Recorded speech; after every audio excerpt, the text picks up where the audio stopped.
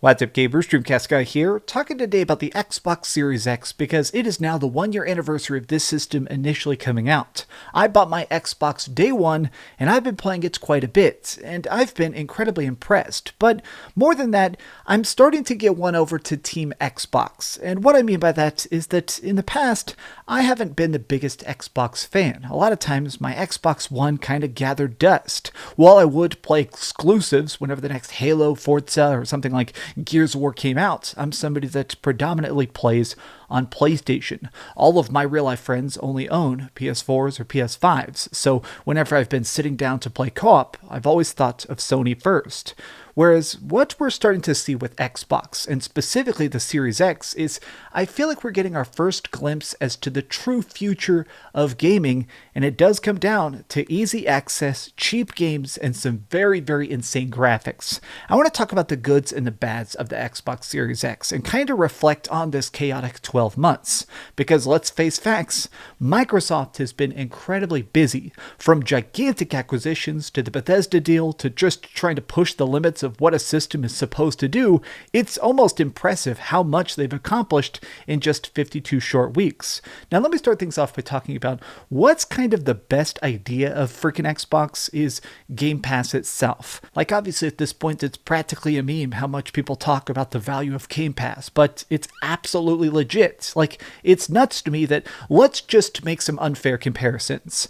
On PlayStation you get, what is it called? PlayStation Now? PS Now is kind of crappy. Like it has some good games, but a lot of them are streamed. If you download them, they're not super great. The catalog is so hit and miss. Whereas with Game Pass, you get hundreds and hundreds of games that are all gigantic AAA releases. And more than that, the most insane thing about Game Pass, the thing that's been the most fun this year that I am just so freaking addicted to, is the day one releases. It's nuts the amount of times where there's a game that's about to come out and then they just straight up say, if you have Game Pass, it's just included for free. Like, let's just look at Outriders. I thought that Outriders was a pretty crappy game in general. It was not very well balanced. It was just kind of a lackluster game, but graphically it was pretty, and it was fun to do some co-op with two other people, even if the story itself makes zero freaking sense. The fact that I could play that for my already included fee of Game Pass made it where I definitely got more enjoyment out of that because I didn't have to pay $60. Microsoft has actually been bragging about this special thing that's been happening that they call the Game Pass effect, which is that because you already have all these games, because they're bought and paid for through the subscription service, people are more willing to download and experiment, to try new games, to play new genres. And in fact, now they're gaming more. And I've definitely had this same thing, which is that once I plug in my Xbox, a lot of times I'll just scroll through the list and pick stuff almost in a Netflix style fashion, where I'll try something even if it's a little bit outside my normal comfort zone. But I want to talk about the graphics here because this is one of the things that's kind of struck me the most.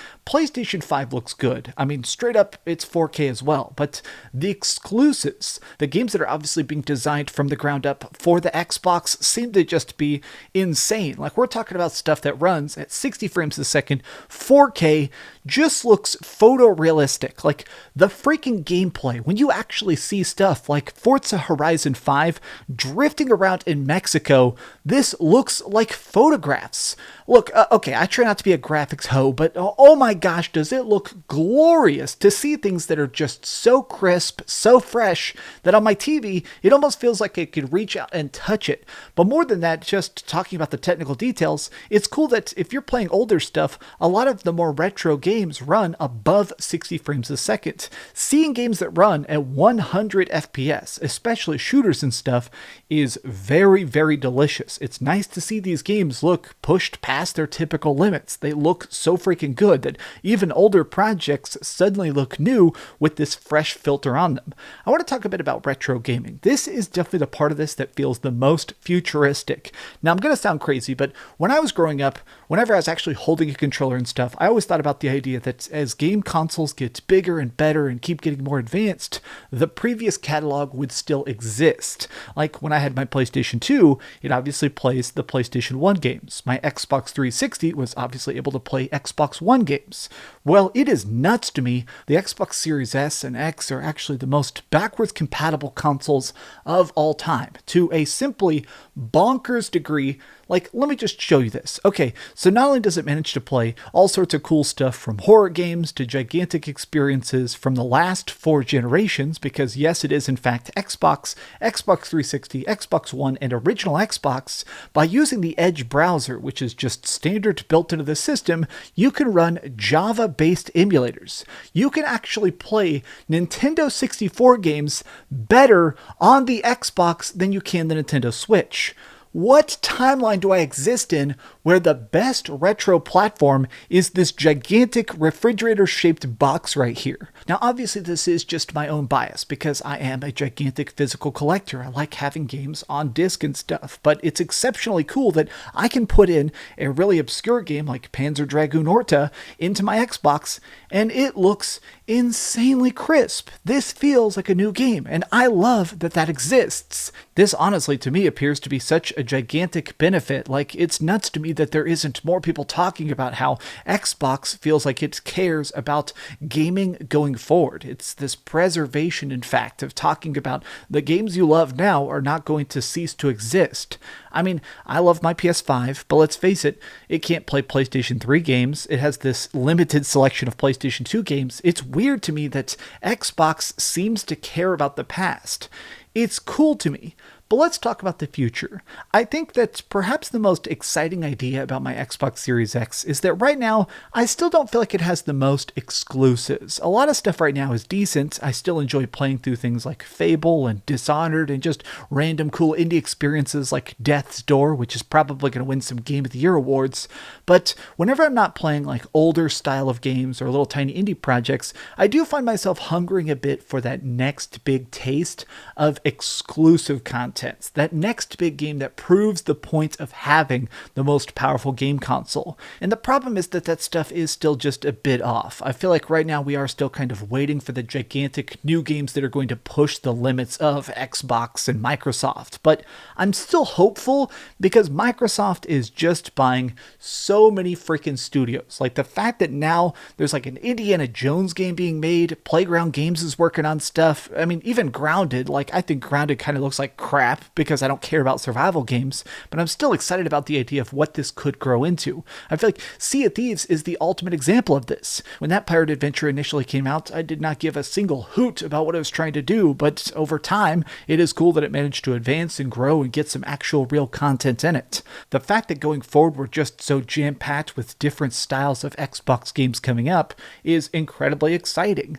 I'm more curious about the future of Xbox than I am curious about the future of PlayStation. Like, I know that when it comes to Sony, we're going to keep getting gigantic, cool single-player experiences. We're going to get, new God of War, new Horizon Zero Dawn. Like, that stuff's all going to be great. I bet they're even going to be 10 out of 10 experiences. But with Xbox, I'm almost more fascinated by the gigantic question mark. I don't know what's coming next, and I kind of enjoy that. I kind of like that with all these studios, all these acquisitions, all these different people just working to make Game Pass absolutely insane and this beefy console even more beefy. I'm fascinated by what could possibly happen next. I like my Xbox. I do think that the one thing I still have is that I do wish that they were a little bit more transparent. It sometimes still feels like Team Xbox spends too many hours just cheerleading vagueness. Like the amount of times that we see Phil Spencer walk out on stage wearing the same exact freaking hoodie, just saying the exact same, "We're here to try and solidify the future of Xbox." Okay, show me. Like, acquisitions get me excited. Screenshots of games that are just early in development, that stuff gets me excited. Like, the fact that the Xbox can play all the Dead Space games, maybe talk about Dead Space 4 more often, or the Dead Space remake. I don't know. I just want them to talk about why we should be excited a bit more directly and stop being so dang vague. Microsoft clearly has a lot going in their favor, and I guess in a weird way, I'm still on the fence between which I like more, the PlayStation 5 or the Xbox Series X, but if you could only buy one, right now I do think that the Xbox Series X is going to be better for third parties because graphically it's going to push the limits more, but I mean, you can't go wrong. No matter what, Xbox or PlayStation, it is a fantastic time to be a gamer.